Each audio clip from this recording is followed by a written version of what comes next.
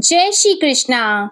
कामदा एकादशी के व्रत के पारण में आप सुनेंगे तुलसी माता की कथा और आरती। एक बुढ़िया माई तुलसी जी को सींचती थी और कहती थी, हे तुलसी माता, सत की दाता, मैं तेरा बिरला सींचती हूँ। मुझे बहू दे, पीतांबर की धोती दे, मीठा मीठा गास दे, वैकुंठा में वास दे, चटक की चाल दे, पटक की मोत दे, चंदन का काट दे, रानी सा राज दे, दाल भात का भोजन दे, ग्यारस की मौत दे, कृष्ण जी का कंधा दे।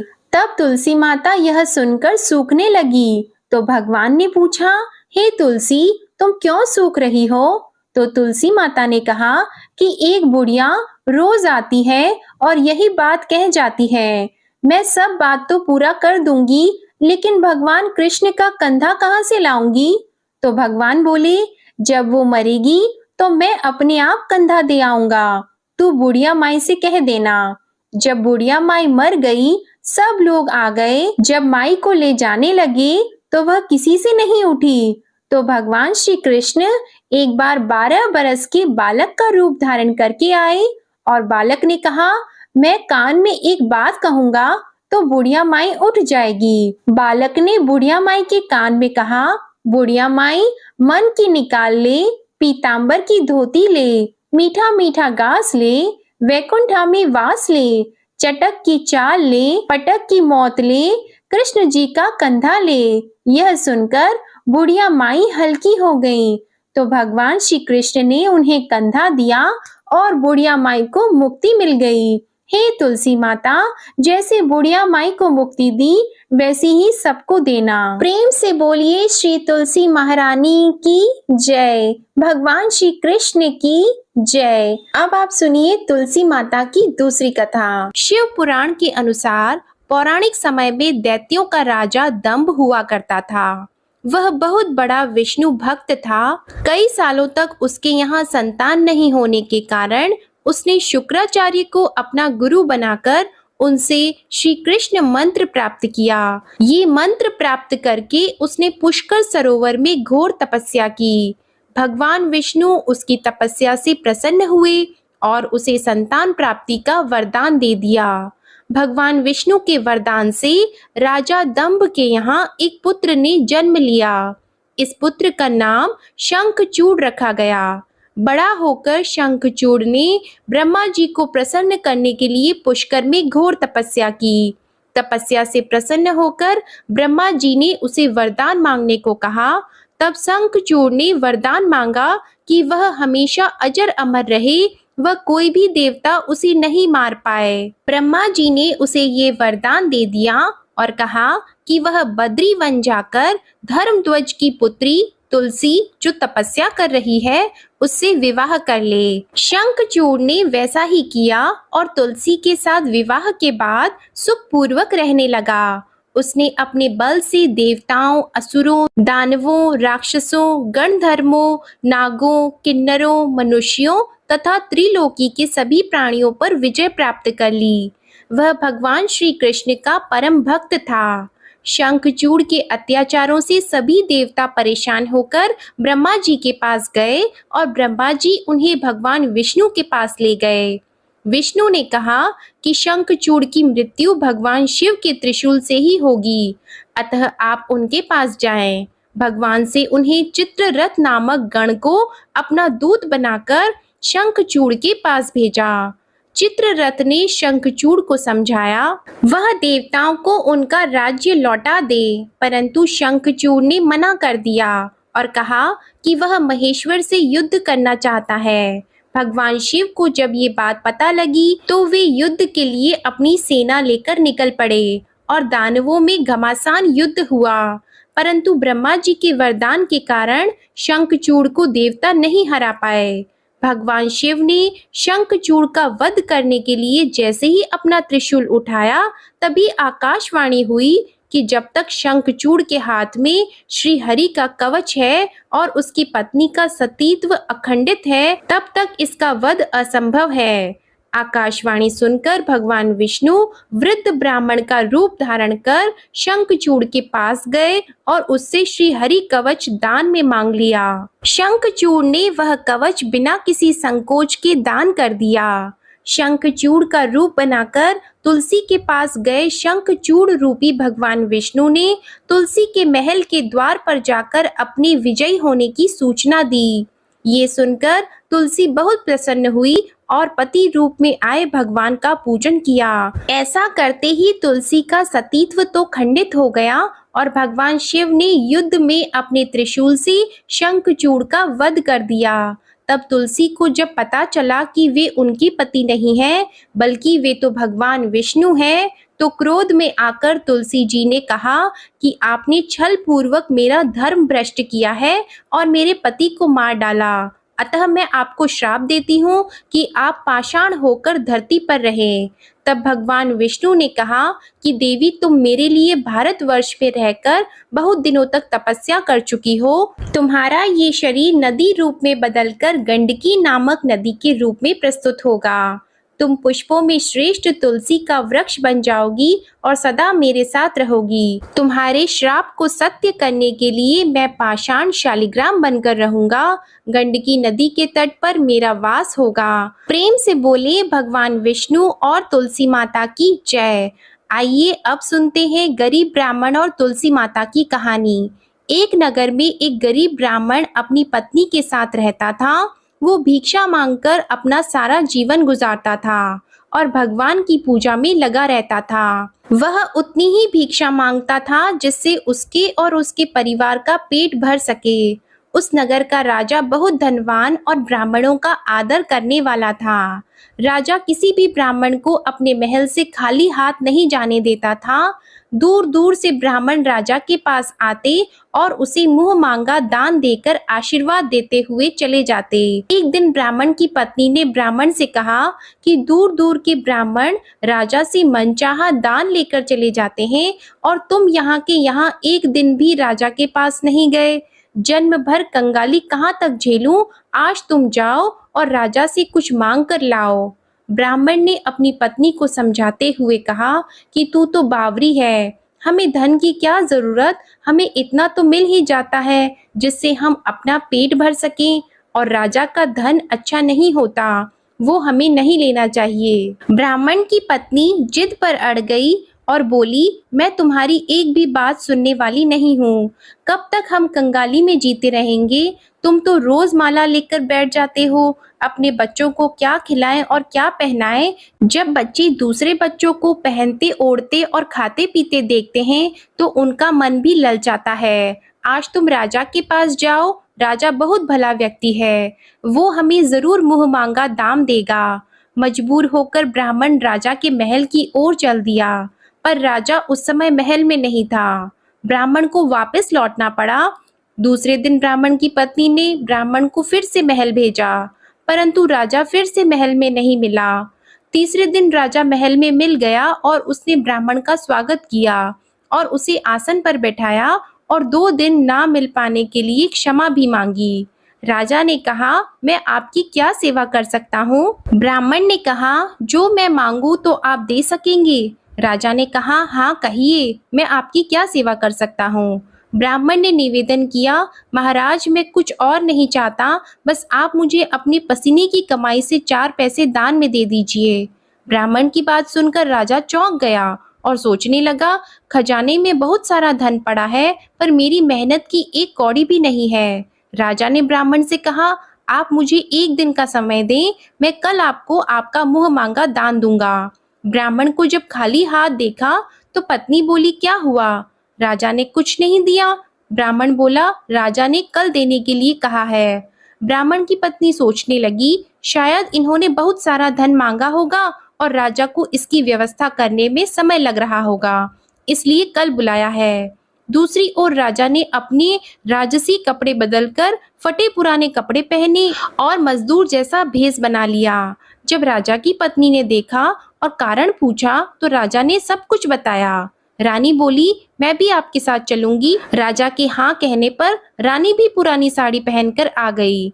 इस प्रकार राजा और रानी मजदूरी की तलाश में शहर निकले। लुहारों के मोहल्ले में जाकर राजा ने आवाज लगाई, किसी को मजदूर चाहिए? तो आखिर एक लुहार ने उन्हें बुला लिया, जो पहिए पर हाल चढ़ाने की तैयारी कर रहा था। उसने राजा से कहा, देखो तुम्हें पहले खलात धोखनी पड़ेगी और जब आग आ जाए तो उसके बाद घन पीटना होगा। फिर रानी की ओर देखकर कहा कि तुम्हें कुएं में से पानी लेकर हौदी भरनी होगी और कोयले वाले घर से कोयला लेकर भट्टी में डालना होगा। तुम दोनों को दिन भर में 2-2 आने मिलेंगे। अगर काम पसंद हो तो बोलो, नहीं तो अपना रास्ता नापो। राजा रानी लुहार के बताए काम को करने लगे। राजा खलात धोखने लगा पर उसे काम ठीक से नहीं हो पा रहा था। लोहार नाराज होकर राजा को ठीक से काम करने के लिए कहता, तो राजा जैसे तैसे अपना काम करने लगा। रानी भी कुएं से पानी भरकर लाने लगी। रानी के हाथ में फफोले हो गए।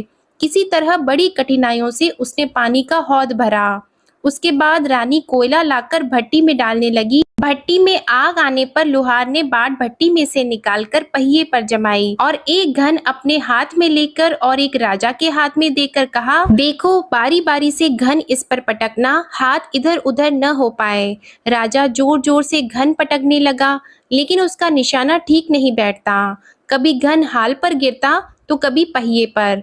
मजदूरों का ये हाल देखकर लुहारिन बड़बड़ाती हुई आई और लुहार से कहने लगी, तुमने कहाँ से ये नवसिखिए मजदूर काम पर लगाए हैं? इनसे काम नहीं होगा, ये मजदूर तुम्हारा सब काम बिगाड़ देंगे। राजा रानी उन दोनों की फटकार सुनते सुनते अपना काम मन लगाकर करते रहे। घन पटकते पटकते राजा का शरीर पसीने से तर हो गया और जोर जोर से सांसें चलने लगी। रानी भी पानी भरते भरते और कोयला झोंकते झोंकते थककर चूर हो गई। दोनों ने पूरे दिन बहुत मेहनत की। लुहार ने राजा रानी को 2-2 पैसे दिए, जिसे वो बड़ी खुशी से लेकर महल आ गए। आज उन्हें पता लगा कि मेहनत की कमाई कैसी होती है। राजा ने 4 पैसे अलग रख दिए और अगले दिन ब्राह्मण को बुलाकर उसे दे दिए। ब्राह्मण राजा को आशीर्वाद देकर घर लौटा और ब्राह्मणी से कहा, लो मैं राजा के हाथ से दक्षिणा ले आया हूँ।